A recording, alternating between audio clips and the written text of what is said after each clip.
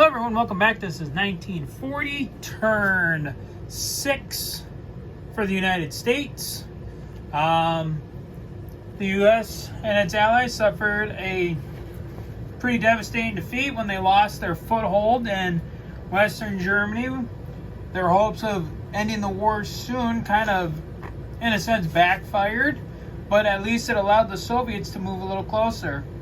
So, not to mention, too, they suffered a big defeat over here in the Pacific off of Guam when the remnants of their first fleet was attacked by the remnants of the Kido Butai, as well as the new Kido Butai that was built around Japan, and the rest of the first fleet was sunk. So, yeah, let's get into it. All right, the United States, for purchases, is building another Midway class carrier with a full complement of fighters. It is buying 2 cruisers and then a transport, infantry, and tank. All right, attacks this turn. The United States is going to go a little bold here, try and take off the pressure from Paris, at least from the Italians. It is going to take its 2 infantry and 2 tanks from Morocco. It is going to attempt a landing in southern Italy.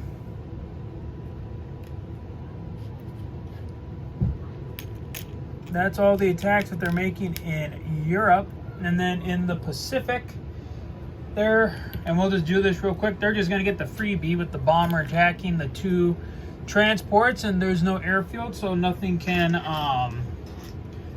scramble to save them. So the United States was lucky enough to damage the Japanese transportation lines, and then this bomber will just come back to Guam. All right, but so then we have the battle for Rome.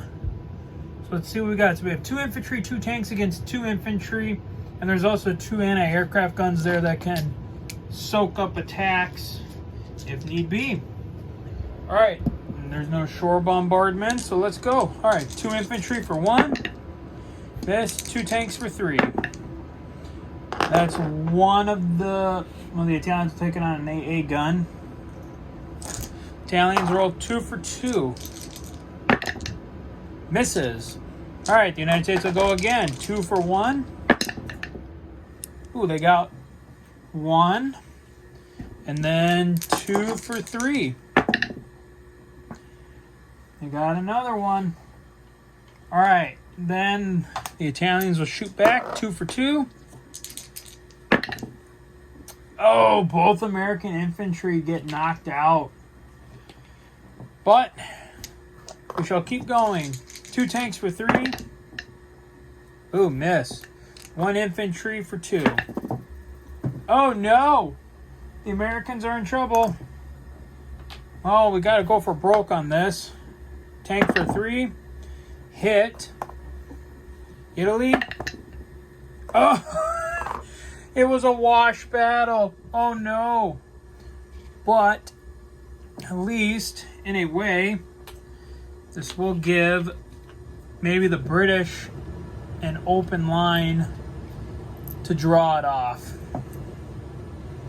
I guess also, the British will need the IPC for it, so I guess they're lucky that they're going next.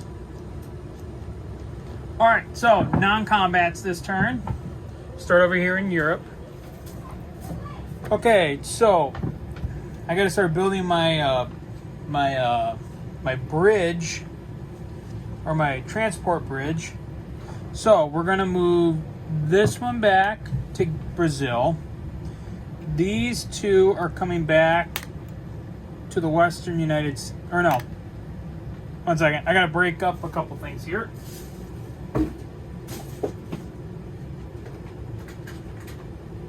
Actually, yes, I do.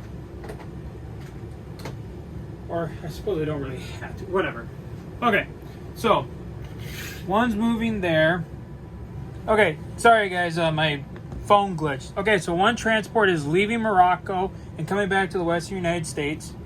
And then we are going to bring one of the transports from here down to Portugal, And then once we deploy the other transport, then we should have our transport bridge to start bridging units to different places in Europe. Over here, the Intrepid will go back to the third. We'll go back to the Third Fleet. Yeah. Okay, so that's all the American movements in Europe. Now we'll come over to the Pacific. Let's see here. We'll start here. Oh, you can kind of see everything. All right, so this tank in the Marshalls is going to come back. Yeah, it's going to come back to Midway. And then what I want to do is I'm going to constitute a new fleet. The U.S. I don't think you can see the U.S. 7th Fleet will be created in the waters off of Midway, which will include the Hornet and its fighter, 3 destroyers, the 3 destroyers from around Midway, the actual USS Midway and its fighter complement, and its fighter, yep. And then finally, the other 2 destroyers that were with the Midway around there at San Francisco.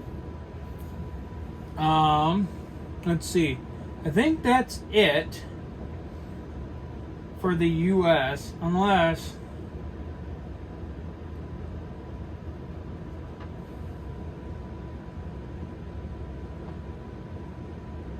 Yeah.